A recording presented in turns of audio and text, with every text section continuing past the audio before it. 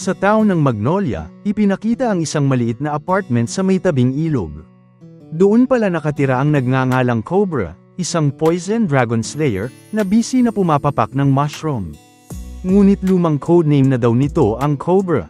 Ang ginagamit niya na ngayon ay ang tunay niyang pangalan na Eric. Ipinakilala naman ang fiancé nitong si Kenana.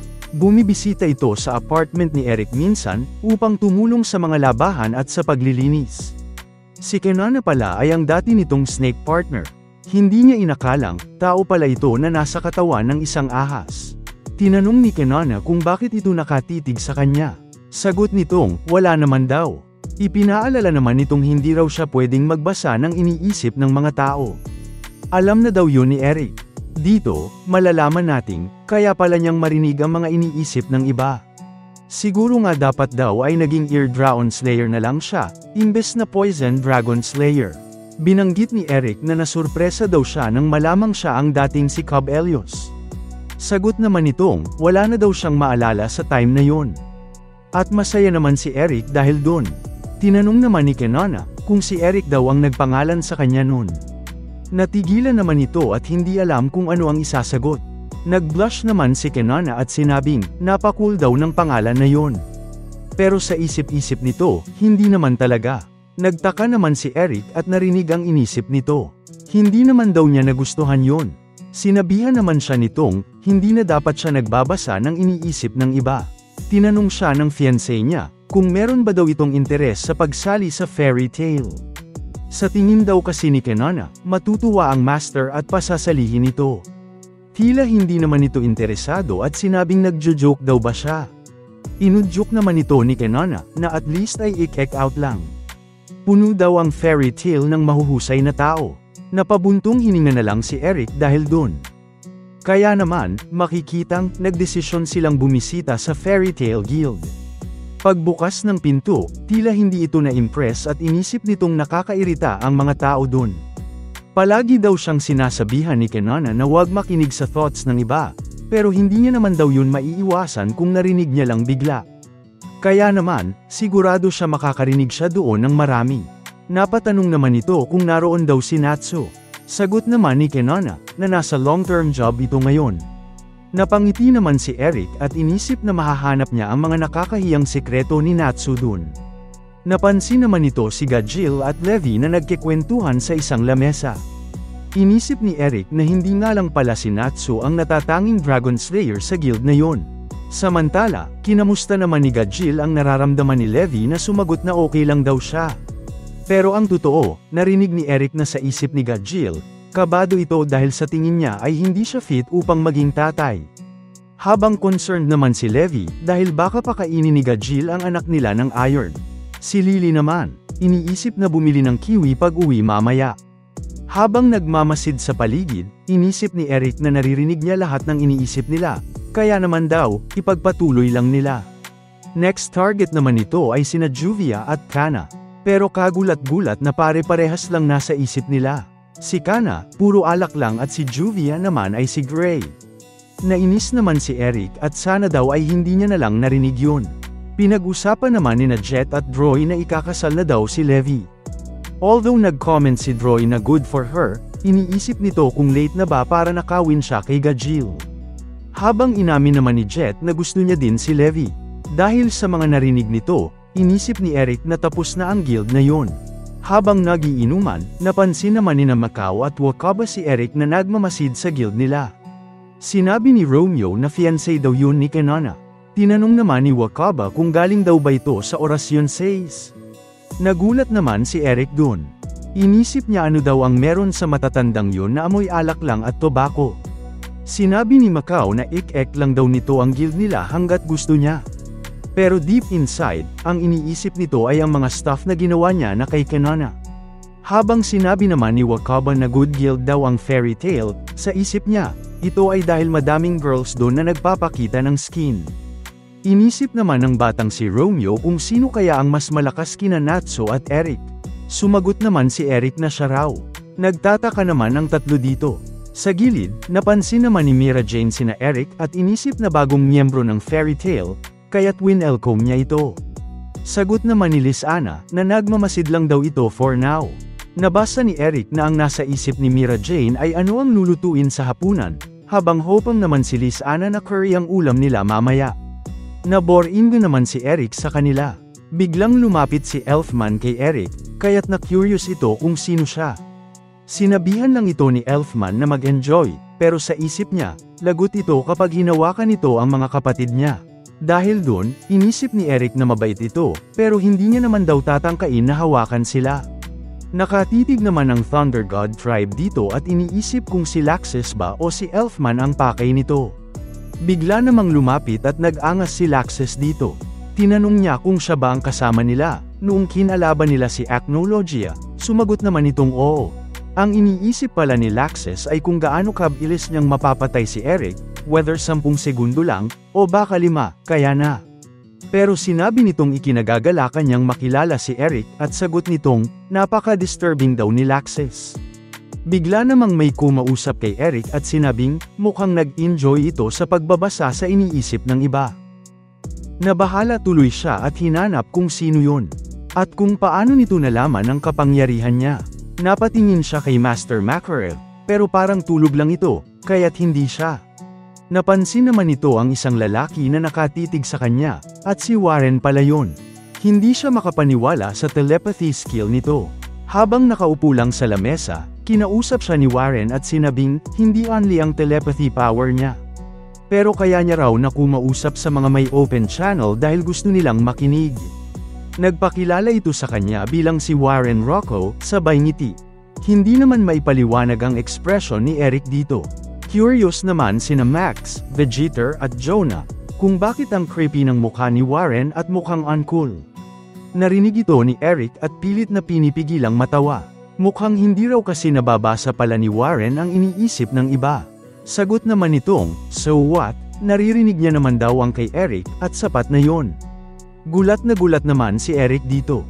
Nagbilat si Warren sa kanya at sinabing, naglilik daw ang iniisip nito all over the place.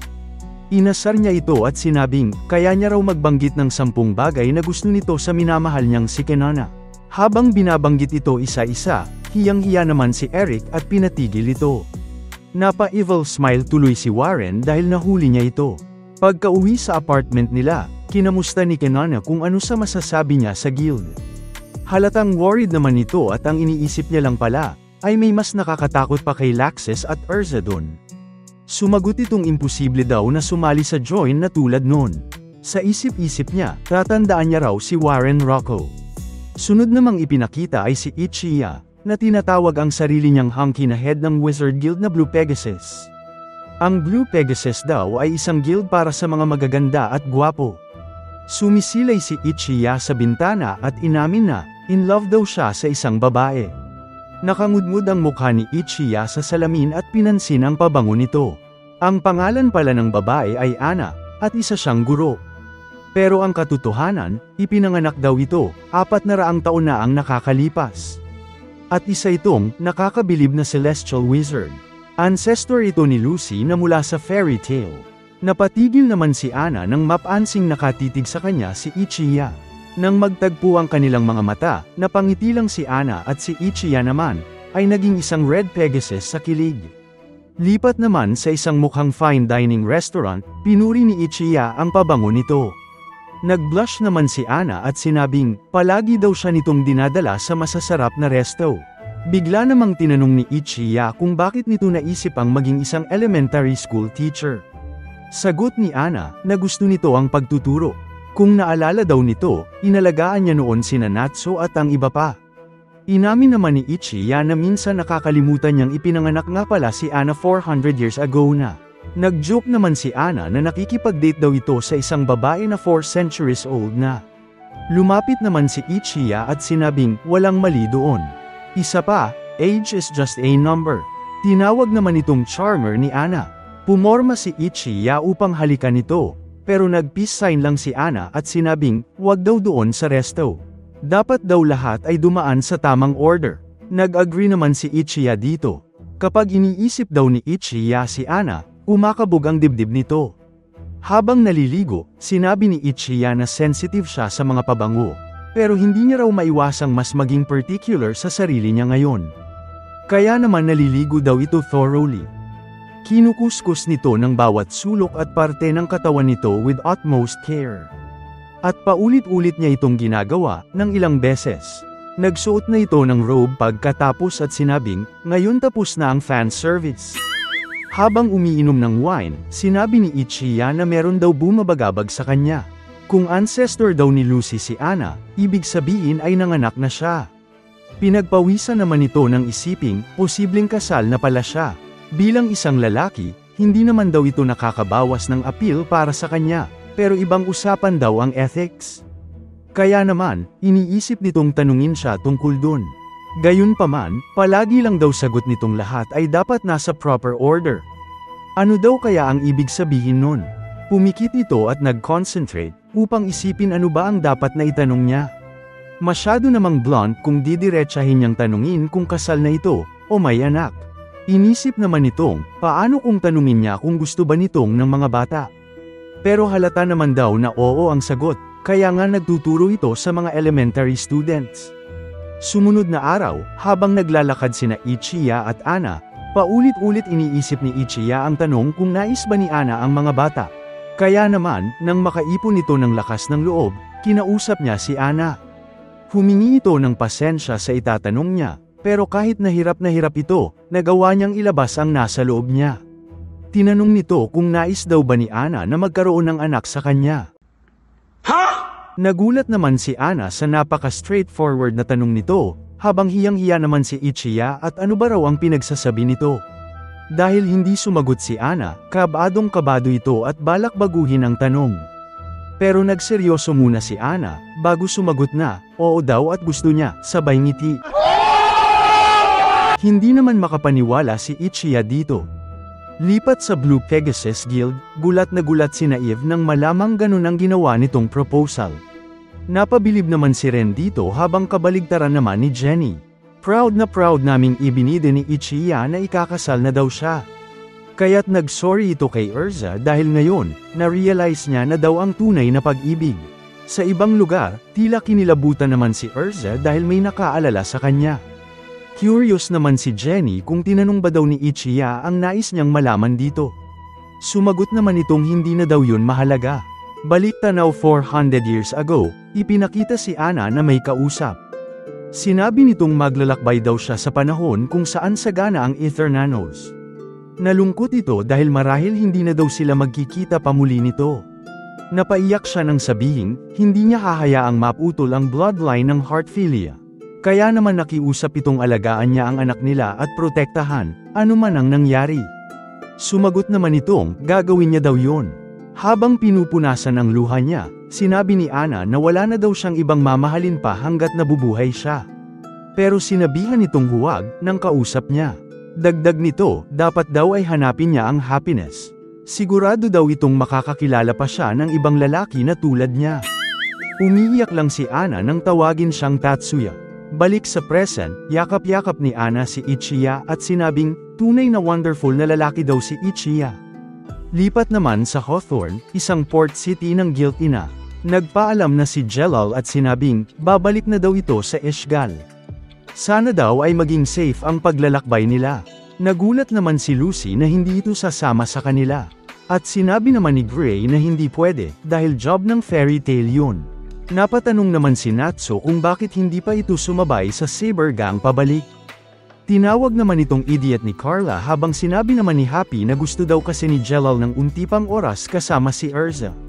Nag-blush naman si Jelal at Erza dahil dun.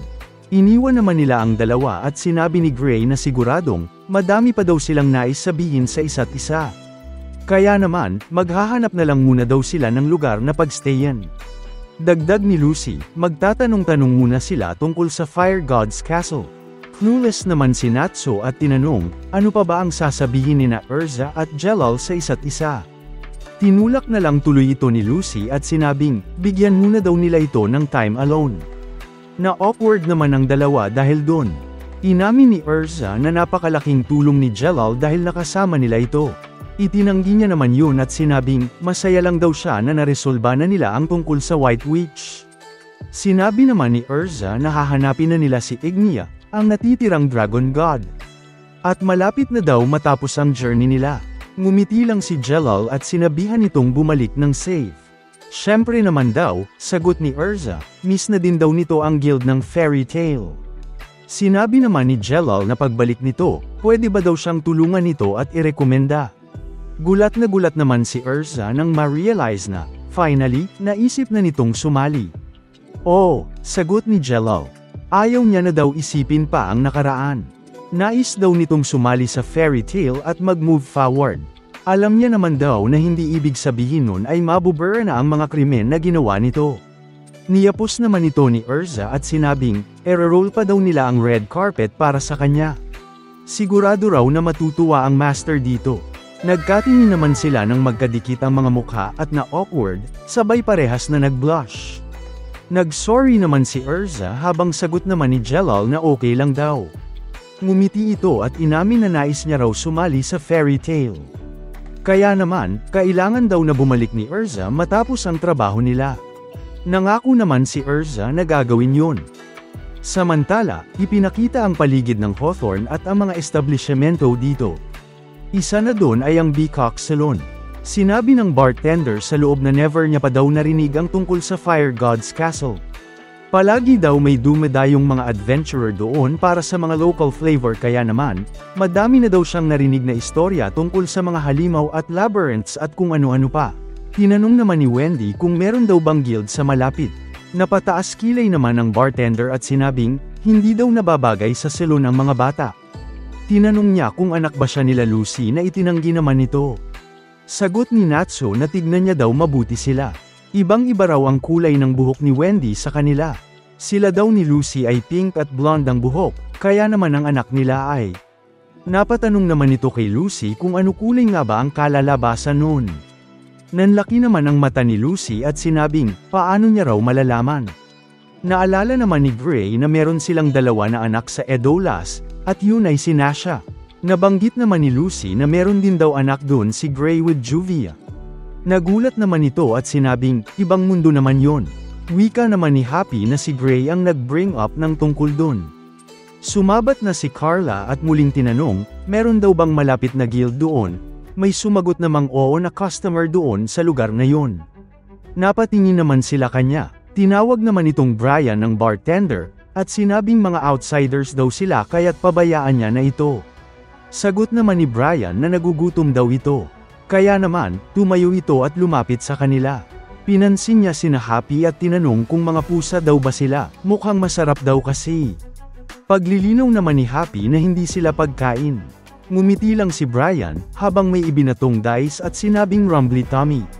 Bigla namang sumulpot sa harap nito si Natsu at Pumajitan, bagay na ikinagulat nito. Nilinaw ni Natsu na mga kaibigan niya daw yun kaya naman, mag-sorry daw siya sa kanila. Pinigilan naman ito ng bartender at may sasabihin pa sana tungkol kay Brian. Pero bigla nitong sinabi na okay lang daw, inamin ni Brian na hindi niya dapat sinabi yun. Rude daw na sinabi niyang masarap sila, hindi niya pa alam ano ang lasa nila. Diniretso nito ang kamay niya na makikitang may bibig pala sa palad. Nagulat naman si Natsu nang makitang, biglang lumaki ang kanang kamay nito at pumorma upang kainin sina Happy at Carla. Takot naman ang dalawa habang hindi makapaniwala si Lucy na merong bibig sa kamay niya. Napapaisip naman si Gray kung totoo bang kakainin niya sila. Nainis naman si Natsu at sinuntok si Brian na may flames. Napatumba niya pa nga ito dahil dun. Hindi naman makapaniwala ang ibang tao sa loob na napuruhan nito si Brian. Inisip nila kung may death wish daw ba si Natsu. Curious naman sina Lucy kung ano ang meron sa lalaking yun at sabi ni Gray na mukhang masama daw siya. Samantala, lumapit naman si Wendy kina Carla at Happy upang tignan ang lagay nila. Habang nakahandusay sa lapag at umuusok, sinabi lang ni Brian na yum. Nagtaka naman si Wendy dito. Unti-unting tumayo si Brian at sinabing full tummy. Halatang hindi na natutuwa si Natsu dito, habang curious naman si Brian kung ano daw ang napakasarap na flames na yon. Ngumisi ito at nagpasalamat sa pagkain. Nagulat sina Lucy na kinain pala nito ang flames ni Natsu. Sa tingin ni Wendy ay inabsorb nito ang flames na yun sa katawan niya. Dahil dun, tumalikod na upang umalis si Brian. Pinatigil naman ito ni Natsu pero sinabihan siya ng bartender na wag nang magpaka-involve pa daw sa kanya. Sinabi niyang, si Brian daw yun, miyembro ng Dark Guild na Fire and Flame. Lahat daw ng naruroon sa lugar na yun ay alam kung gaano kasuklam-suklam ang guild na yun. Nakangiti lang si Brian pagkalabas sa salon, habang sinundan ng mata ng mga Fairy Tail Guild members ito. Tumayo si Natsu sa sobrang galit, pero muli itong pinaalalahanan ng bartender at tinanong kung naririnig ba daw siya nito. Inis nga si Natsu dahil sinabihan niya daw ang jerk na yun na maghintay pero nilayasan siya nito. Kaya naman dali-daling tumakbo si Natsu papalabas, at nasira pa nga nito ang pinto. Tinawag naman ito ni Lucy pero huli na ang lahat. Napansin naman ni Gray na nabanggit ng bartender ang Fire and Flame. Inalala nito ang Signerio Sisters at sinabing, hinahanap daw nila ang Fire and Flame. Sumagot naman ang bartender na, mas okay na wag na silang ma-involve sa kanila. Dark Guild daw ang Fire and Flame at lahat ng miyembro nila ay gumagamit ng fire magic. Nagulat naman si Wendy nang marinig yun, habang napakomento si Carla na wala raw palang variety dun. Napansin naman ni Happy na tila may alam ang bartender tungkol sa Fire God's Castle. Hindi naman ito nakasagot agad. Kaya binanggit nitong, headquarters daw yun ng Fire and Flame. At ang guildmaster nila ay ang batang lalaki na si Ignia. Gulat naman sila Lucy nang marinig ito mula sa kanya. Ngunit ipinagtataka daw nito na ganun pa rin ang itsura ni Ignia kahit maraming taon na ang lumipas, kaya naman suspetya daw nito ay hindi siya tao. Lipat sa Fire God's Castle, nagulat si Ignia nang makitang nakabalik na finally, ang Signerio Sisters. Nagsorry naman sila dahil nahuli daw kasi sila ni Virnes. Alam naman ni Ignia, na patay na si Virnes, pati na si Aldoran at Dogramag at napangiti lang ito. Bigla naman niyang naalalang itanong, kung nakilala daw ba nila si Natsu. Sagot naman ni Eni na hindi niya raw masyadong maalala. At marahil yun daw ang nagpabagsak kay Virnes. Napangiti naman si Ignia at sinabing, sa loob ng 100 taon, walang sino man ang nakatalo sa Dragon Gods, at ngayon, nandun na si Natsu na iniisa-isa sila. Nabanggit din itong nasa side na ng tao sina Mercphobia at si Lin. Habang nakapangalumbaba, sinabi naman ni Ignia na siya naman daw ang magwawagi ngayon at napangiti lang din ng Signerio Sister sa statement nito. Habang pinapakita ang Fairy Tail members, sinabi ni Ignia na hindi pa daw nila naiintindihan kung bakit ginawa ni Dogramag ang Great Labyrinth. Hindi rin nila alam na ang kontinente ng Giltina ay masusunog one day. Dire-diretso naman si Natsu sa pagtakbo upang habulin si Brian. Pinatitigil niya ito pero sagot lang nitong puno na daw ang tummy niya at hindi na kailangan ng flames. Napaisip naman ito bigla nang banggitin ang flames at humarap upang itanong kay Natsu kung fire wizard daw ba ito. Nagulat naman siya sa tanong nito. Naalala kasi ni Brian na gumamit ng fire magic kanina si Natsu. Sagot naman ni Natsu na ano naman kung gumagagamit siya noon. Inimbita siya nitong sumali sa kanila. Hindi naman ito inasahan ni Natsu, habang inexplain ni Brian na pinagsasama-sama daw nila ang mga fire wizards. Hindi niya na natapos ang sasabihin dahil sinapak na siya sa mukha ni Natsu at sinabihang shut up. Sa sobrang lakas nga ng suntok nito, ay napatilapon muli si Brian. Matapos daw ang panghahamak nito sa mga kaibigan niya, wala raw intensyon si Natsu na maging kaibigan sila. Ngumisi naman si Brian at tumira gamit ang bibig sa kamay niya at sinabing, kung ayaw niya, edi mamatay na lang daw ito. Gayunpaman, kinain lang ni Natsu ang apoy na ibinuga nito, bagay na ikinagulat ni Brian.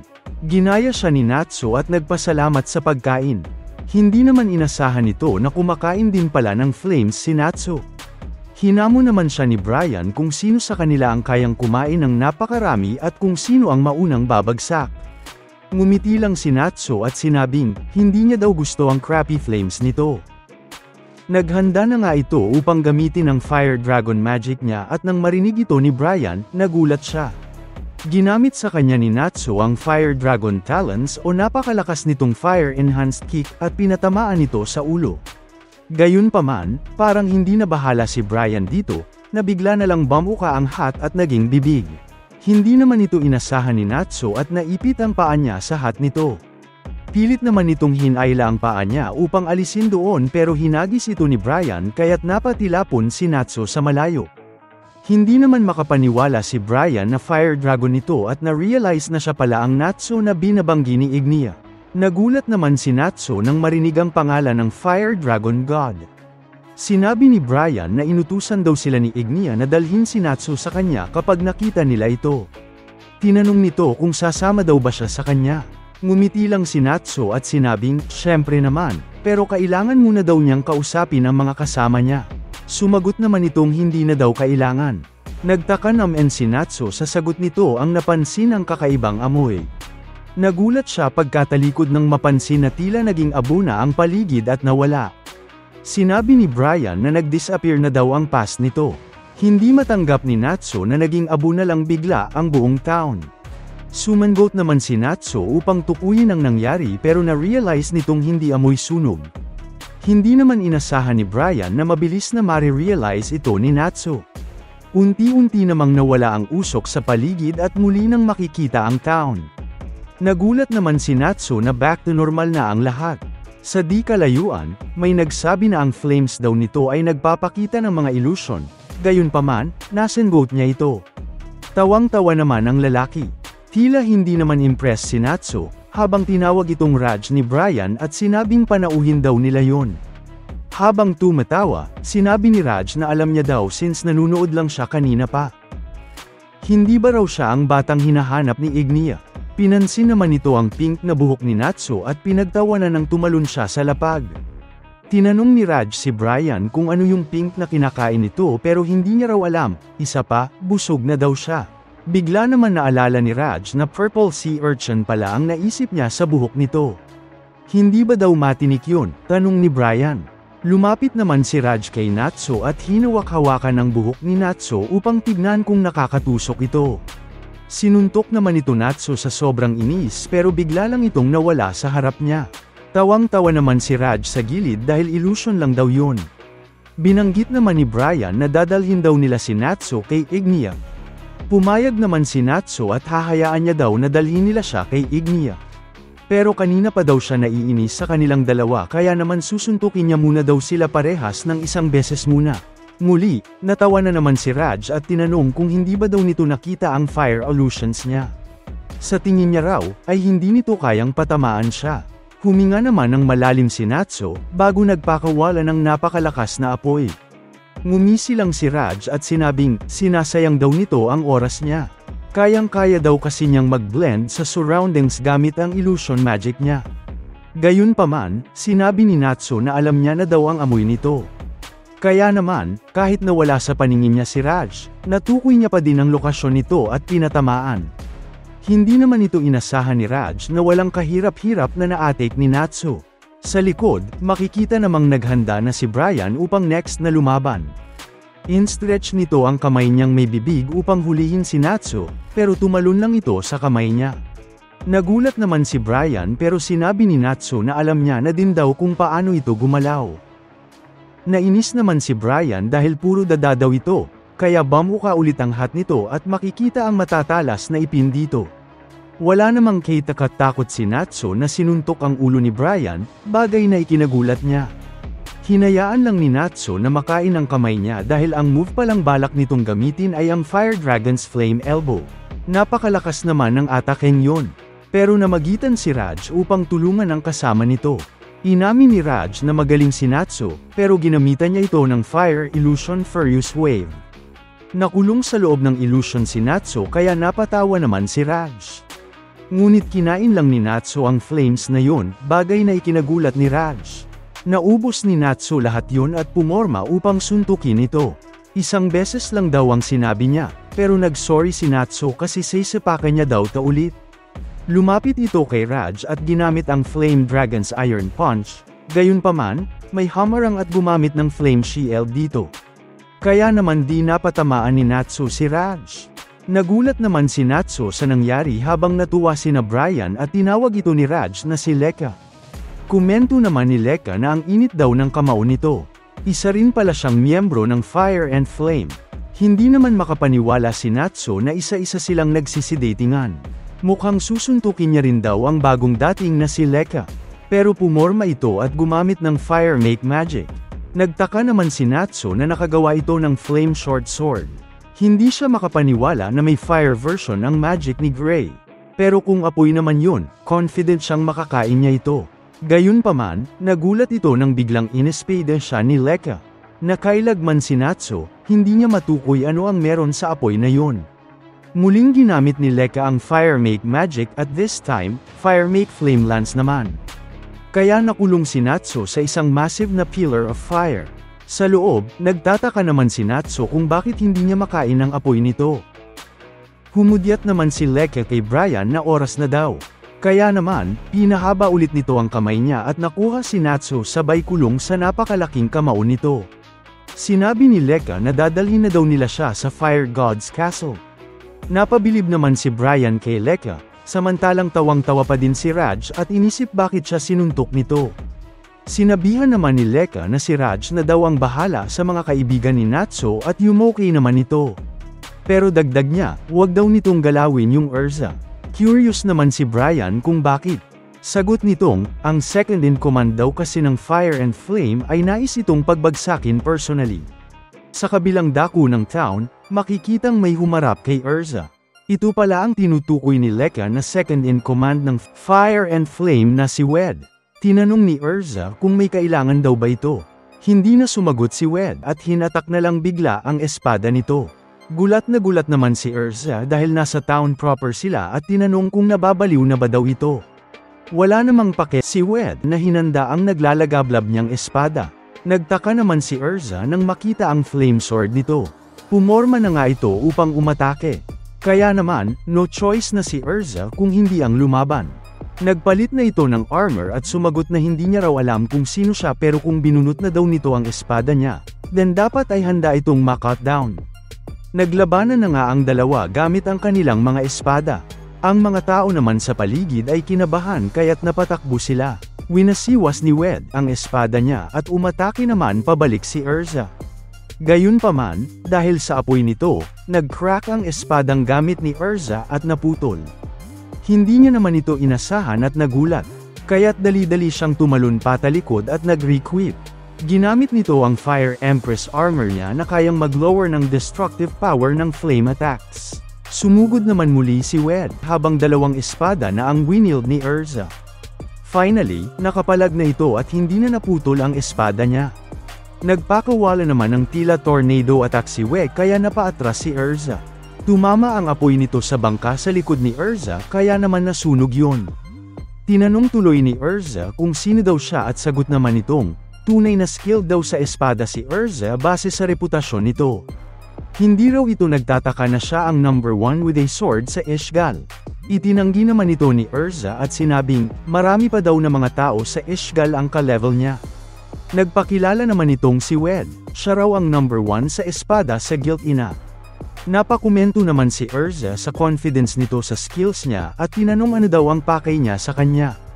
Hindi ba daw obvious, sagot ni Wed.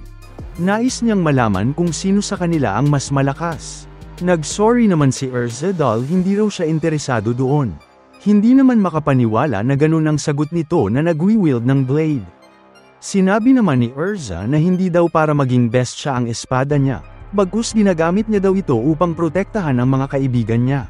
Ayos naman daw ang paninindigan nito, gayunpaman, ang labanan daw ay dumarating kapag hindi inaasahan, at hindi niya ito matatakbuhan. Wala naman daw intention si Erza na tumakas o patakasan nito. At wala din daw siyang interes na makita kung sino sa kanila ang mas malakas. Hinigpitan ni Erza ang kapit sa espada at sinabing, pero kung may humahamon daw sa kanya ng laban ay hindi ito aatras. Balik sa Big Hawk Saloon, nakiusap si Gray na sabihin ng bartender sa kanya kung nasaan ang Fire God's Castle. Dagdag ni Lucy na kailangan daw nilang pumunta doon. Napa-facepalm naman ang bartender at sinabing, nababaliw na daw ata sila.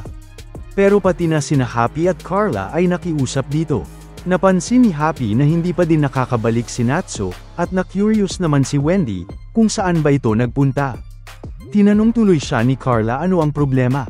Tila may naamoy si Wendy at sinabing, nakakaamoy daw ito ng apoy. Para daw may gusali na nasusunog. Kinabahan naman si Gray at inisip kung si Natsu ba yun. Pero tinanggi ito ni Wendy na bigla na lang tumakbo papalabas. Gulat naman siya nang biglang makita ang kagubatan pagkalaba ng salon. Nagtataka ito sa kung ano ang nangyayari at question kung nasaan na siya. Naguluhan naman ito at inisip kung saan napunta ang salon at kung nasaan na ang iba pa. May tumawa naman sa likod nito na nagsabing, wala daw kahit na sinong nandun. Isa palang bulaklak ang nagsalita at nagulat si Wendy dito dahil nakikipag-usap ito sa kanya. Samantala, sinundan pala siya ni Lucy na hindi rin moari kung ano ang nangyayari dahil nawala na ang lahat. Nagulat ito na bigla na lang siyang lumulutang. May sumagot naman na nasa taas daw kasi sila ng sky. Isang kakaibang figure din ang kumausap dito na pumuri sa kagandahan ni Lucy.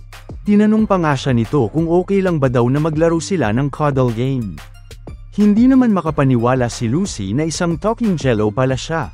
Sa gilid, tawang-tawa naman si Raj, habang makikita ang fire illusion nito. Wala daw silang ideya na mga ilusyon lang ang mga nasa harap nila na ginawa niya gamit ang flames niya. Naguguluhan pa din si Wendy habang pilit namang tumatakas si Lucy sa kumausap sa kanya. Sinabi naman ni Raj na sila raw ay mga karakter sa favorite manga series nito na Rave Master. Sina Kajima ang nagsasalitang bulaklak at Griff naman ang jello. Samantala, nagtataka naman si Gray dahil nagyayelo bigla sa lugar niya. May nagsalita sa likod nito na nagsabing yun daw ang Demon World. Gulat naman si Gray dito. Ito pala ay si Hien at sinabi niyang yun ang freezing Demon World. Nababalot ng yelo ang kapaligiran at intense naman ang titig ni Hien sa kanya. Habang tinanong naman ito ni Gray kung ano daw ba siya dahil meron siyang tenga na parang sa aso. Sagot naman itong isa siyang wolf, isang Sirius. Tinanong naman ni Gray kung Sirius Island ba ang tinutukoy niya at naguguluhan daw siya. Nagmasid-masid dito sa paligid at nagulat na nawala na ang town pati na ang mga kasama niya. Bigla namang hinugot ni Hien ang espada niya at sinabing wala daw siyang ideya sa sinasabi nito. Nagulat naman si Gray na bigla na lang siyang inespade nito. Binalik agad ni Hien ang espada niya at na-stun naman si Gray. Nagtamo na pala ito ng hiwa sa katawan na bigla namang nagyelo.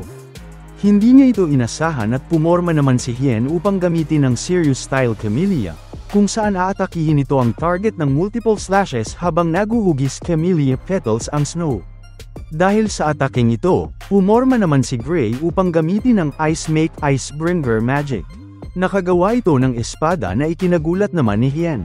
Tinanong naman siya ni Gray kung gumagamit din ba siya ng yelo. Sa kabilang banda, tinatakbuhan naman ni Wendy sina Kajima habang umiiyak. Sinabihan siya nitong, hindi niya kailangang matakot. Nagpakilala siya dito bilang sina Kajima at tinanong kung nais ba daw niya ng bulaklak para sa bahay niya. Habang tumatakbo, inisip ni Wendy kung kaaway ba daw ang bulaklak na yun. Kaya naman, ginamit nito ang Sky Dragon's Roar para magpakawala ng tornado-like blast. Hindi naman ito inasahan ni Nakajima na napaiyak na lang, dahil natanggi ang third feather niya. Nagtaka naman si Wendy ano ang feather na sinasabi nito. Patuloy naman hinahabol ni Griff si Lucy at kinukulit para sa cuddle game. Sinabi niyang masaya daw yun pero iniiwasan naman ito ni Lucy. Curious naman si Lucy kung ano ang jello thing na yun, habang sinabi naman ni Griff na palugin daw nito ang hinog niyang mga prutas. At ipinakita naman ang mga melon ni Lucy. Muling lumapit ito kay Lucy at sinabing hindi na daw siyang makapaghintay na i-cuddle ito. Tinaboy naman ito ni Lucy gamit ang kamay niya. Tawang-tawa naman si Raj habang pinapanood ang mga pangyayari. Todo bigay daw sila sa pakikipaglaban kahit na hindi naman mga totoo ang nasa harap nila. Isa pa, ang character daw gaya ni Griff ay hindi makakalipad sa panahon ngayon. Sa loob ng Peacock Saloon, nagtataka naman ang mga exceed sa flames na nanggagaling sa labas. Ano daw ang nangyayari? Tanong ni Happy, may mga flames kasi na nakaharang sa pinto. Kinabahan naman si Carla para kina Wendy dahil dito. Paglilinaw naman ng bartender na yun daw ang illusion magic ni Raj. Nakakakita lang daw sila ng illusion sa flames na yun. Pero kung hindi daw nila yun mapapansin agad, siguradong masusunog sila hanggang mamatay. Hindi naman sila makapaniwala sa sinabi nito. Kaya naman iminungkahi ni Carla na iligtas nila sila at nag-agree si Happy dito. Tinanong ni Carla kung meron daw bang back exit sa lugar na yun. Sagot naman ng bartender na meron, pero hindi daw nila kayang talunin ang gaya ni Raj.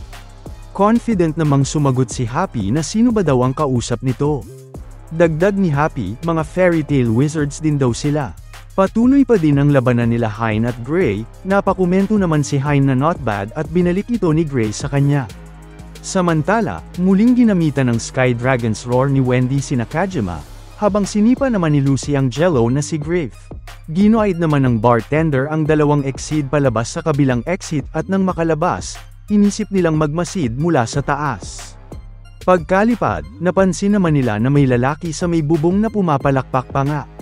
Mukhang yun daw ang hinahanap nila. Kaya naman nag-usap sila kung ano ang dapat gawin dito. Sinuudyas naman ni Carla na sipin muna nila siya. Nagtataka naman si Gray na malamig nga, pero napaisip siya kung nilalamig ba talaga siya ng ganon. Isa pa ang ice wound daw niya ay mas mainit pa kesa malamig. Isa pa, napaisip ito na wala naman daw na merong dog ears gaya ng kalaban niya. Habang pilit namang pinupunit ni Lucy ang jello na si Griff, napapaisip ito kung ano ang bagay na yun at ang init daw. Bakit daw kaya? Sumigaw naman si Wendy bigla na illusion lang daw ang mga yun habang hawak nito si Nakajima. Narinig naman ito ni Gray at Lucy. Sakto namang sinipa na ni Carla at Happy si Raj mula sa likod, kaya naman, nahulog ito sa bubong. Nakatingin naman si Gray mula sa baba sa kanya. Sinabi ni Carla na yun daw ang may gawa ng mga illusions at napangiti naman si Gray dahil nahuli na nila ito. Dahil dun, tatalunin niya daw ito gamit ang atake na ginamit ng doggy na yun. Nagulat naman si Raj nang hilahin nito ang espada niya at ginamit ni Gray ang Sirua-style Camellia dito. Kaya naman, nabalot sa yelo si Raj at wala nang nagawa pa ng matrap ito sa loob nun. At nang ibalik niya ang espada, naduraj na ang yelo at nalaglag ito sa lapag. Sinabi ni Happy na miyembro din daw yun ng Fire and Flame. Sinuggest naman ni Gray kina Lucy na hanapin na muna nila sina Natsu and Erza. Pero nagulat silang lahat na nasunog pala ang mga damit nila. Matapos matalo nila Gray si Raj ay tinitigan niya yun at napaisip kung ano kaya yung meron sa lalaking yun. At pinaliwanag ni Happy na miyembro yun ng Fire and Flame, at dagdag ni Carla na mukhang gumagamit yun ng apoy para ipakita sa kanila ang mga illusions. Napatanong naman si Lucy kung gumagamit ba silang lahat ng fire magic, at napatameme si Wendy nang isipin niya na maraming Natsu ang kalaban nila, kaya sinabi ni Gray na binibigyan siya nito ng heebie-jeebies, habang si Happy ay sinabi na magiging masaya siya kung mag-multiply man si Natsu, kaya napayikes na lang si Carla. Dahil dun ay naalala ulit ni Lucy si Aquarius at nalulungkot niyang inisip na kung nasa kanya pa ito ay magiging mas madali ang kanilang laban. Bigla namang may sumabog na malakas sa kanilang gilid, kaya napalingon sila dito, at napansin ni Gray na nanggaling yun sa harbor, kaya na-realize ni Wendy na marahil nakikipaglaban dun si Erza. Pinagmadali sila ni Gray na kumilos, kaya agad silang sumugod dun, habang si Lucy ay sumisigaw na sandali lang at hayaan nila silang magdamit. Habang tumatakbo sila, ay bumalik ang consciousness ni Raj, at pagkadilat nito ay natatawa nitong sinabi na ang interesting nun. Pumunta naman tayo sa harbor at patuloy ang sabayan dito nila Erza at Wed.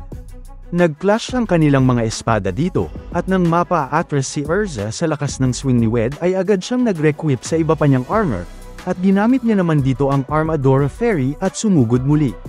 Nilagyan niya din ng Heavenly Body Magic, enchant ang kanyang espada, at nakuha nun yung atensyon ni Wed, at nang makalapit na siya dito ay ginamit niya din ng Fairy Sword, Shooting Star, at para bang isang malaking bituin itong si Erza na sumugod kay Wed. Gayunpaman, nagawa pa ring mapigilan ni Wed ang pambihirang atake niya, at napakomento ito na ang bilis ni Erza, at sinipa siya nito bilang counter, at naghanda ring umatake gamit ang kanyang sariling teknik. Iniangat ni Wed ang kanyang espada at nagsimula iyong balutin ng apoy, at ginamit niya dito ang Killer Flame Hiking Sword, at pinabagsak yun papunta kay Erza, na nagsanhi ng pagkawasak ng malaking parte ng lapag sa kanyang harapan. Nanlaki ang mga mata ni Erza sa atake niya, at di nagtagal ay tumama iyon sa kanya, at sa sobrang lakas pa nun ay nawasak din yung mga buildings na nasa tabi ng harbor. Napatakbo din ang ilang civilians para hindi madamay sa kaguluhan na ito. Tumayo naman galing sa rubble ang napatalsik na Erza, at kita ang kanyang natamo dito, at hindi siya makapaniwala dito na ang kanyang pinakamalakas na armor ay nabasag ng kanyang kalaban, kung saan humindi si Wed. At nasa pinakamalakas daw itong si Erza kapag siya ay bear, at alam niya daw yun. Dahil doon ay nakuha niya yung atensyon ni Erza at bigla nung naaalala ang kanyang sexy armor kaya napablush siya dito. Kaya pinoint ni Wed na yung hakama yung tinutukoy niya. Nabigla dito si Erza at nagkomento na mukhang na-research siya ni Wed, at sinimulan nung i-list down ang mga panahong ginamit niya yung armor na yun para manalo, kagaya sa Pandemonium, The Scarlet Despair, at maski sa pagtalo ng Signerio Sisters. Naghanda muli si Wed na umatake at sinabi na sigurado siyang number 1 sword si Erza sa Ishgal, at iiyak daw ang espada nito dito kung hindi siya nito makacut down. Bumalik sila sa kani-kanilang seryosong Dim Anor, pero nang magsusuguran na ulit sila doon ay biglang may lumipad sa kanilang itaas, at sumigaw ito ng Fire Boo Weddy. Kaya nakuha nito ang atensyon nilang dalawa, at inisip ni Erza na isa itong Firebird. Bigla yung nag-crash landing ng malakas sa kanilang harapan, at tinawag yun ni Wed na misfortune, kaya nagtaka si Erza dito. Sinabi ng flame-like creature na ito na meron itong message kay Wed, at tawag nito dun ay Weddy, at di nagtagal ay ipinakita sa atin ang nilalang na ito na kamukha ng isang pusa na mukhang gawa sa apoy, at sinabi nito kay Wed na kinakailangan nitong umuwi dahil mas maaga daw magsisimula ang isang bagay kesa sa inaakala nila. Napatitig lang naman dito si Wed, habang si Erza ay nagulat nang makita niya na isa itong pusa, at nung tinawag siya noon para sabihing nagagalak itong makilala siya, at tinawag siya nung Erzi, ay inisip niya na si Happy yun na gawa sa apoy. Tila nadismaya si Wed sa narinig niya, at sinabi hindi, at kung nangyayari na daw yun ay even more reasons daw para isettle niya ito hanggat may chance pa siya. Matapos yun, dumako naman tayo sa Fire God's Castle, at dumating na dito sina Brian at Lekka, at sinabi nito kay Ignia na daladala na nila si Natsu, at isa raw yung Hot One. Napangiti naman dun si Ignia, at di nagtagal ay inilabas na ni Brian si Natsu galing sa bibig ng kanyang hat. Pagkalabas ni Natsu ay nagsisisigaw ito na ano daw yung sa tingin nilang ginagawa nila dun, at kung gayon daw ay lalabanan niya silang tatlo ng sabay-sabay, kaya sumugod na daw ang mga yun sa kanya. Agad naman siyang napatigil dito nang may mapansin siya, at nanlaki ang kanyang mga mata nang makita niya si Ignia, at winelcome siya nito sa kanyang castle. Nagtaka dito si Natsu habang tinititigan si Ignia, at napatitig din sa kanya yung mga subordinate ni Ignia dito. Pinaliwanag ni Ignia na sinummon siya nito sa lugar na yun para bigyan ng isang huling tsansa, kung saan nagtaka siya dito. Pinoint ni Ignia na siya ay si Natsu Dragneel, ang wizard na itinuturing na karapat-dapat ng atensyon ng kanyang ama, si Igneel, at bigla niya ditong tinanong kung gusto niya bang sumali sa kanila, kaya nagtaka ulit dun si Natsu. Sinabi ni Ignia na magsisimula na ang Dragon King Festival, at papayagan niya daw itong si Natsu na sumali sa kanila para dun, kung saan gulat na gulat si Natsu nang marinig niya yung Dragon King Festival, kaya sinabi ni Ignia na hindi yun kagaya ng na-experience nito, at tawagin na lang daw nila yung The True Dragon King Festival. Tila nandilim ang paningin ni Natsu nang marinig niya yun at napak-clench ang kanyang mga kamao, habang si Ignia ay patuloy lang siyang sinasabihan na sumali ito sa kanila. Habang sinasabi pa lang ni Ignia na wasakin nila ang mga humans ng magkakasama, biglang sumugod si Natsu sa galit at nagpadala siya dito ng Fire Dragon Sponge sa mukha ni Ignia, na nagpagulat sa lahat ng mga kasamahan ni Ignia. Pagkahupa ng usok ay lumalabas na wala man lang nagawa yung suntok na yun ni Natsu, at nagkomento ito si Ignia na nauunawaan niya ito, at isa daw itong si Natsu sa mga humans na dudurugin nila. Nanlaki ang mga mata ng mga subordinate ni Ignia dito, at napatanong si Natsu kung talaga bang anak ni Igneel itong si Ignia, dahil minahal daw ng tatay nito ang mga humans. Napapikit lang dun si Ignia at napahey, at agad niyang pinatalsik si Natsu gamit ang sarili niyang fire magic, at seryoso niyang sinabi na ang tatay niya ay ang tatay niya, at siya naman ay siya. Pagkatalsik ni Natsu ay nagtaka siya kung anong klaseng flames ang mga yon, habang si Ignia ay sinasabi na ang lahat ng humans na nasa kwarto na yun ay handa na pumunta sa Dragon World.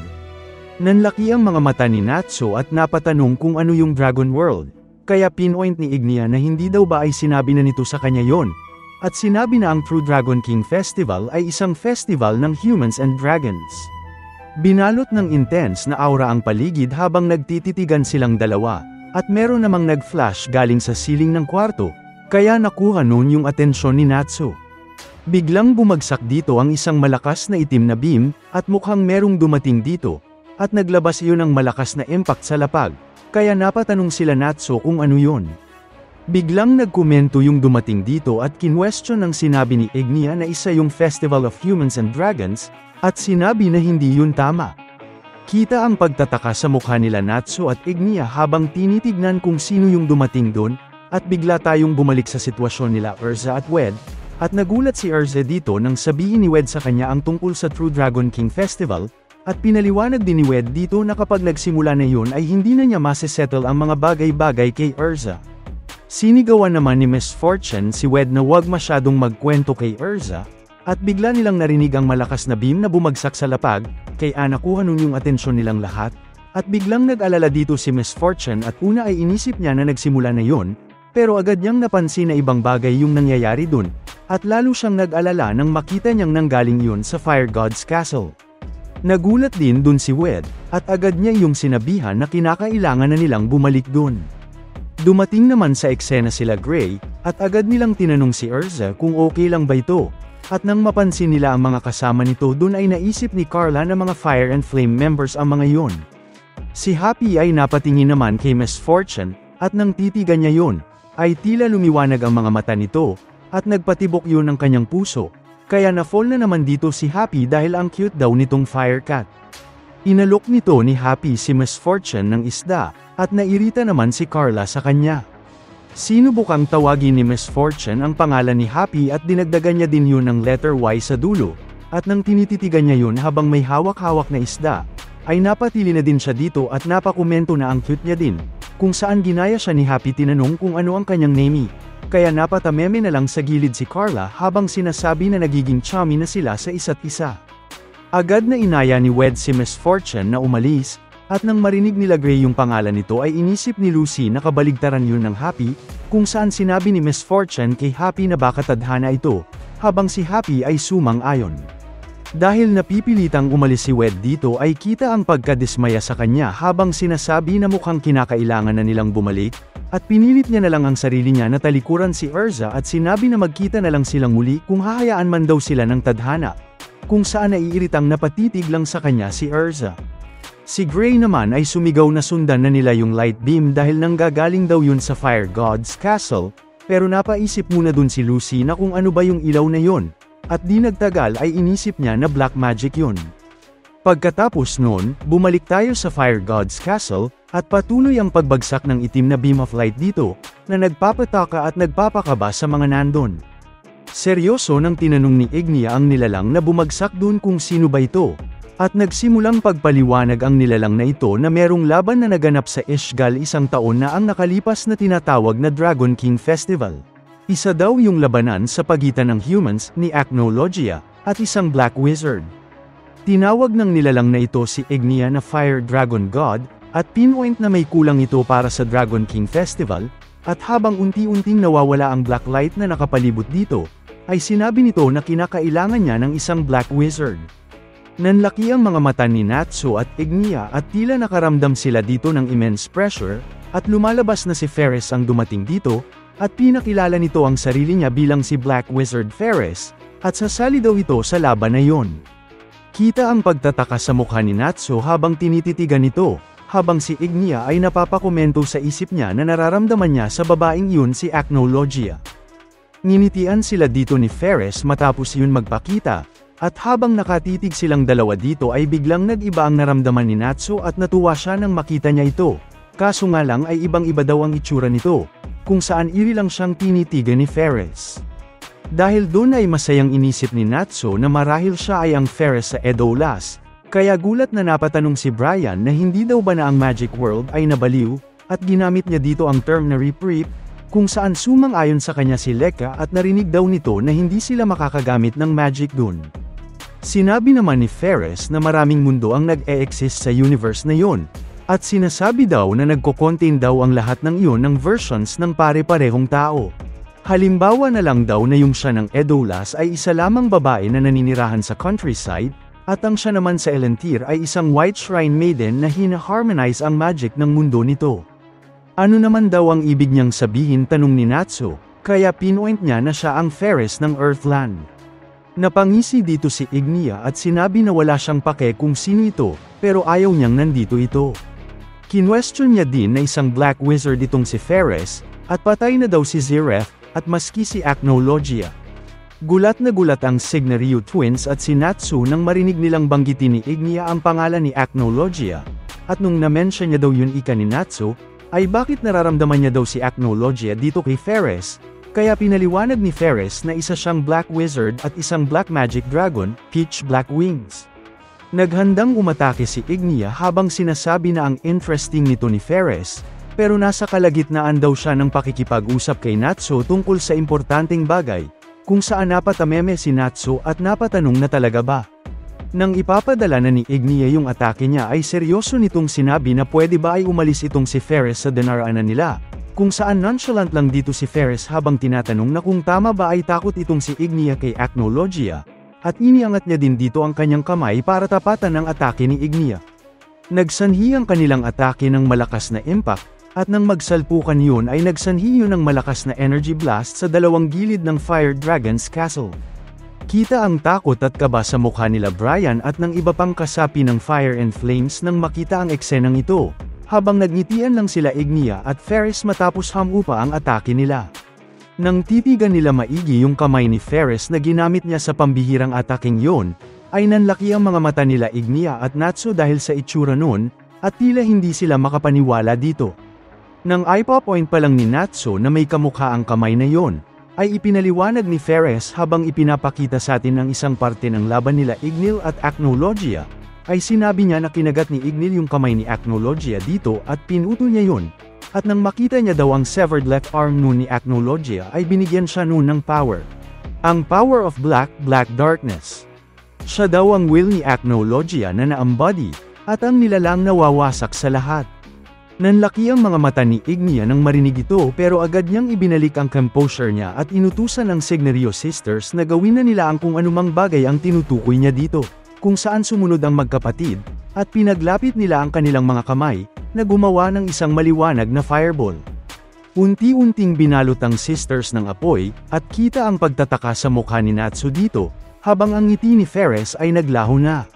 Di nagtagal, binalot na rin ng apoy ang buong Fire Dragon's Castle, at sinabi ni Ignia na nagsisimula na ang True Dragon King Festival. Napasigaw si Natsu na ano yung meron dito, habang kumukunot na ang noo ni Faris. Tinawag naman ni Ignia si Natsu at sinabi na sa bansa nila, tinatawag nila ang pagtalo sa 5 Dragon Gods na The 100 Years Quest dahil inabot na daw yun ng 100 taon, at wala pa ring nakakatalo sa kanila, kung saan nagtaka si Natsu, at dinagdag ni Ignia na nasil na nila yung 4 sa kanila, at hindi daw ba ay mukhang imposible yun. Pinpoint niya dito na kaya lang nila nagawa yun ay hindi sila nun kinalaban ng seryoso, kaya nanlaki ang mga mata ni Natsu nang marinig yun, at sinabi pa ni Ignia na pinakalat ni Dogramag ang roots nun papalibot sa buong continent na yun, at sinurpres daw nun ang kanyang power, at lahat daw yun ay para sa araw na ito. Biglang may malakas na nag-roar na nanggaling sa Signa-Ryu sisters, at nanlaki ang mga mata ni Faris nang marealize niya na ito ay isang dragonization magic, at maski si Natsu ay kita ang pagkabigla dun. Binalot ng napakalaking beam ang Fire Dragon's Castle, at sa iba pang parte ng continent ay nangyari din ito. Sa Wizard Guild Diabolos ay nagsimulang umilo-ilaw ang katawan ni Celine, kaya noindang dun sina Suzaki at iba pa nilang kasama, at napapatanong kung ano yung nangyayari. Sa City of Ermina naman ay kita ang takot sa mukha nila Kashima at ng ibang civilians, at napapasigaw na sila kung ano yung nangyayari sa Water Dragon God dun. Maski si Carmille ay napapaiyak na sa takot habang pinapanood si Merkfovia dito, at lumalabas na nag-transform ito sa kanyang dragon form, kaya napapatanong siya dito kung bakit yun nag-transform dun. Ipinakita naman ng Alchemist Guild na Gold Owl, at unti-unting nag-transform ang lugar na yun upang maging dragon. Kaya naman, makikitang nabuhay muli si Virnes, ang dragon form ng Metal Dragon God. Samantala, sa kabilang banda, ipinakita ang ruins ng Drossil. Mula sa lupa, may umusbong na ugat, na unti-unting lumaki, hanggang makikita namang naging si Aldoron na ito, ang Wood Dragon God. At sa city naman ng Ermina, nabahala si Caramille, nang makitang nag-transform bilang dragon muli si Merkfobia. Dahil dun bumuhos ang tubig mula sa kalangitan at nawasak ang mga bahay at gusali sa syudad. Habang ipinakita naman ang dragon form ng Water God Dragon na si Merkfobia. Takot na takot ang mga tao dahil sa biglaang pangyayari, kaya naman nagtakbuhan sila, kasama na dun si Kishima. Habang nakatingala, napatanong naman si Caramel kung anong kapangyarihan daw yun. Higit pa daw ito nung kinalaban nila ang Fairy Tail o kahit pa ang Fire Dragon God na si Ignia. Hindi daw may kukumpara ang lakas ng kapangyarihan ngayon. Lipat naman sa Wizard Guild ng Diabolos, naging dragon na din muli si Celine, bagay na ikinagulat ng mga guild members. Tinanong nila ang kanilang master nila kung anong problema, hindi ba't mahal daw nito ang mga tao. Taka naman si Suzaku dahil mas malaki pa ang dragon form ngayon ni Celine kesa nang nilabanan niya ito. Sinabi naman ni Kirin na mga dragon slayer sila, kaya tinanong nito kung wala ba daw silang magagawa sa sitwasyon na yun. Giit naman ni Misaki na kapangyarihan daw yun ng isang dragon god. May napansin naman si Mad Mole sa labas at tinuro ito sa kanila. Sa bintana makikita ang napakalaking lakrima. Meanwhile, balik sa Fire God's Castle, nababalot na ito ng flames. Sinabi ni Ignia na ilang siglo daw ang ginugol ni Dogramag upang ikalat ang roots nito sa buong kontinente, ang Great Labyrinth ng Dogra. Nabahala naman sina Natsu at Ferris nang sabihin ni Ignia na kaya nitong ma-activate ang mga dragon gods at gawing dragon, pati na ang mga tao. Hindi naman makapaniwala si Natsu dito. Habang sinabi naman ni Ignia na gagawin niya daw Dragon Nation ito.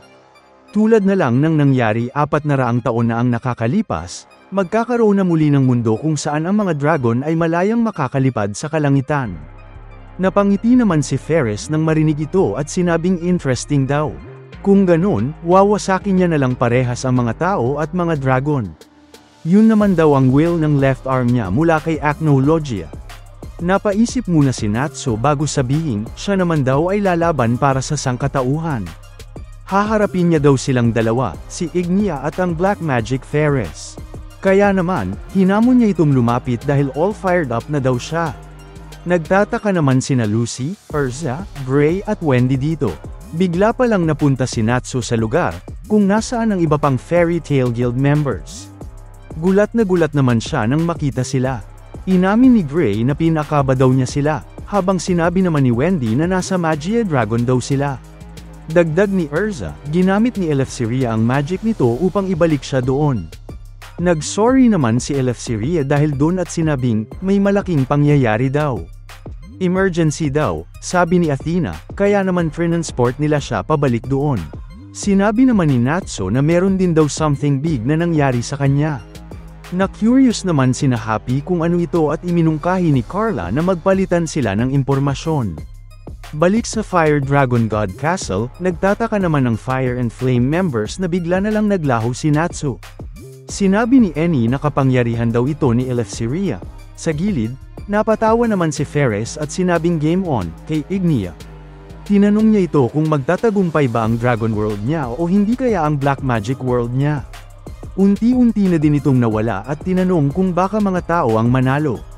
Tahimik lang si Ignia habang nabahala naman si Lekka na pati ito ay naglaho. Sagot naman ni Brian na makakagulo lang daw siya sa kanila. Sinabi naman ni Ignia na hindi na daw magiging problema pa yun. Anyway, gagawa na naman daw sila ng Dragon World. Magiging dragon na daw silang lahat. At kinumpirma nito kung handa na ba silang i-cast aside ang pagiging tao nila. Ngumiti naman ang mga Fire and Flame members at tila handa na sila. Makikita naman ng isang kagubatan at dun pala dumiretso si Ferris. Sinabi nitong nagsisimula na nga ang tunay na True Dragon King Festival, dahil ang dami ng dragon, may mga taong lalaban dito at siya na Black Wizard. Meron naman itong inutusan na lumabas, at tinawagan pala nito ang Orasyon 6, ang mga demons ng book ni Ferris. So sino kaya ang magtatagumpay, ang mga tao, dragon o ang Black Wizard? Lipat muli sa Magia Dragon, makikita ang tablet sa dingding ni Eleftheria. Ang crest daw ng 5 Dragon Gods ay nagniningning. Mukhang kabado naman si Eleftheria dahil nag-glow ang sky at nag-evaporate daw ang ether nanoparticles. Binanggit naman ng crew na masama daw ito. Nagtaka naman sina Gray dito at inisip kung sino siya at bakit siya nagsasalita. Kaya naman tinanong ni Natsu kung sino na nga ito ulit. Sagot naman ni Wendy na yun daw si Shade, ang Bird of Passage. Based daw sa Intel network ni Shade, ang lahat ng mga Dragon Gods na tinalo nila, ay na-revive at nagwawala na sila ngayon. Dagdag ni Athena, pati si Viernes ay kasama. Hindi na maalis ang pangamba sa mukha ni Eleftheria nang banggitin na pati sina Merkphobia at Celine ay kasama. Positive naman si Natsu at sinabing, natalo na naman daw nila ang mga ito once, kaya naman, kayang-kaya daw nayang gawin ulit ito. Pero sinabi ni Eleftheria na nag-increase daw ang kapangyarihan nila ngayon. In fact, baka nga ito pa ang tunay na power level nila. Higit pa dun, naglabasan daw ang mga giant lacrimas sa lugar ng 5 dragon gods at dahil sa lacrima na yun, ginagawa nitong dragon ang mga tao. Hindi naman makapaniwala si Gray sa narinig nito. Pati ang mga Exceed ay nagulat dahil pinipilit nilang gawing dragon ang lahat. Inisip naman ni Urza kung ano nga ba ang tunay na nangyayari. Inalala naman ni Natsu ang naging usapan nila kanina sa Fire God's Castle, kung saan nabanggit ni Ferris ang dragonization magic. Hindi makapaniwala si Natsu at inisip kung yun daw ba ang tinutukoy na Dragon King Festival ni Ignia. Sinabi naman ni Lucy na kung nagagawa daw dragon ng mga lakrima ang mga tao, ibig sabihin siguro, kapag nawasak nila ito ay babalik din sila sa normal. Dagdag ni Wendy na pwede ring tumapos ito sa pagwawala ng 5 dragon gods. Natuwa naman si Natsu sa plano at sinabing, wawasakin daw nila lahat ng mga giant lacrimas. Isa pa, 5 naman daw sila at 5 din ang kalaban. Sinabi naman ni Happy na nandun din sila ni Carla upang tumulong. Bigla namang naalala ni Natsu na kasama pa pala si Ferris. Ang Earthland Ferris daw ay medyo baddie. Nagtaka naman si Urza dito. Ngumiti si Natsu at ready nang wasakin ng mga lakrima bago pa nito magawang dragon ang lahat ng mga tao sa kontinente na yon. Bawat isa daw sa kanila, ay wawasak ng isang lakrima. Napangiti naman sila sa plano. Bigla naman umentra sa usapan si Eleftheria at tinanong kung plano daw ba nilang lumaban separately. Sagot ni Natsu na mas mabilis daw kung ganon. Huwag daw itong mag-alala dahil kapag tinanggap nila ang isang trabaho, tatapusin daw nila ito. Kaya naman, inaya na nito ang fairy tale at kukumpletuhin na daw nila ang 100 Years Quest. Balik sa kagubatan, makikitang kausap ni Ferris ang orasyon 6. Mukhang nais daw ni Ignia na gawing World of Dragons ang buong kontinente na yun. At umaakto ang mga tao na mapapatigil nila ito. Sinabi ni Ferris na ang goal nila ay ang talunin ang parehas na grupo at gumawa ng mundo ng Black Wizard, kung saan hindi kakailanganin ng mga tao o dragon. Nag-agree naman dito si Gaia at hiniling na sana ang mundong gagawin nila ay mag-umapaw ng pagmamahal. Sino ba daw ang may kailangan ng love? Tanong ni Demon. As long as meron daw siyang black, mag-memelt daw ito. Tila na-excite naman si Bird dahil babagsak din daw sa group ng mga tao at dragon. Giit naman ni Blade na puputulin niya daw silang lahat gamit ang demonic blade niya. Nilook forward naman ni Gate ang oras kung saan i-release nila ang kapangyarihan niya. Meron namang nagsabi sa kanilang kumalma lang at manahimik. Si Zero pala ito na sinabing, hindi na daw nila kailangan ng mga salita pa para sa pagkawasak. Kailangan lang nilang ma-reduce ang lahat sa zero. Inasar naman ito ni Demon dahil nagmula pa daw sa kanya na dating tao ang mga salitang yon. Bakit hindi na lang daw kaya niya melt ito? Interesting daw, sagot ni Zero. Pinatigil naman sila ni Ferris na sinabing, dati rin naman siyang tao. Dagdag nito na ang mga under sa Black Demonic influence ay hindi na magiging tao. Inangat nito ang kaliwang arm niya at sinabing, nakakuha ito ng kapangyarihan mula kay Acnologia at naging Black Wizard. Habang si Zero naman ay nakakuha ng kapangyarihan mula kay Nirvana at naging Demon. Sagot naman ni Zero na as long as kaya niyang wasakin ang lahat, wala na daw siyang pake. Utang daw nito ang buhay niya kay Ferris. Tumalikod si Zero biglang sinabing, gayunpaman, hindi daw siya susunod sa mga orders. Gagawin lang daw nito ang gusto niya. Okay lang daw yun, sagot ni Ferris. Sinabihan naman siya ni Bird na ini-encourage lang daw nito si Zero. Ngumiti lang si Zero at sinabing, kapag tapos na ang trabaho, wawasakin niya din daw sila. Sagot naman ni Gate na sumusobra na daw ito at nagbanta si Blade na hahatiin ito. Gayunpaman, sinabi ni Ferris na okay lang daw yun at gusto niya ang side ni Zero na ganon. Mag-share daw siya ng unting info para ma-excite sila sa trabaho nila. Ni-reveal nito na ang mga tao na lumalaban sa dragon ay galing sa guild na Fairy Tail. Bigla namang lumabas ang ugat sa noo ni Zero sa galit nang marinig ang Fairy Tail. Samantala, sa city ng Ermina, makikita ang kalangitan na nababalot ng tubig. Dito pala dumiretso si Lucy na nagulat dahil sa nangyari. Inisip nitong kapangyarihan yun ni Merkphobia, kaya naman kailangan na daw nitong mahanap agad ang lakrima. Dali-dali naman itong tumakbo pero muntik na siyang matangay ng parang whirlpool doon. Merong malalaking bato naman ang lumulutang sa ere kaya naman pilit na iniwasan ito ni Lucy at nadapa pa nga. Pagkatayo, nagulat naman ito nang makita ang napakaraming dragon na papalapit sa kanya. Hindi naman siya makapaniwala na maaaring yun ang mga tao sa Ermina at ngayon ay naging dragon na sila. Isa-isa na ngang sumugod ang mga dragon kay Lucy, buti na lang at nakaiwas ito. Wala na daw talaga sa tamang wisyo ang mga tao na naging dragon doon at sa sobrang lakas nga ng pag-atake na dapat ay para kay Lucy ay dumiretso ito sa dingding na nawasak. Dali-dali namang tumakbo si Lucy upang tumakas sa kanila. Inisip niyang kung tinamaan siya noon ay siguradong patay na siya. Nawarak naman ang lapag at makikitang tubig pala ang nasa ilalim nito. Kaya naman bumaba si Lucy dito at nagulat nang makitang may tubig din underground. Napansin naman ito ang isang creature malapit. Sinabi nitong ang sinuman daw na tatarget sa water god ay dadaan sa kanya. Hindi naman makapaniwala si Lucy na si Caramil pala ito na naging dragon na din.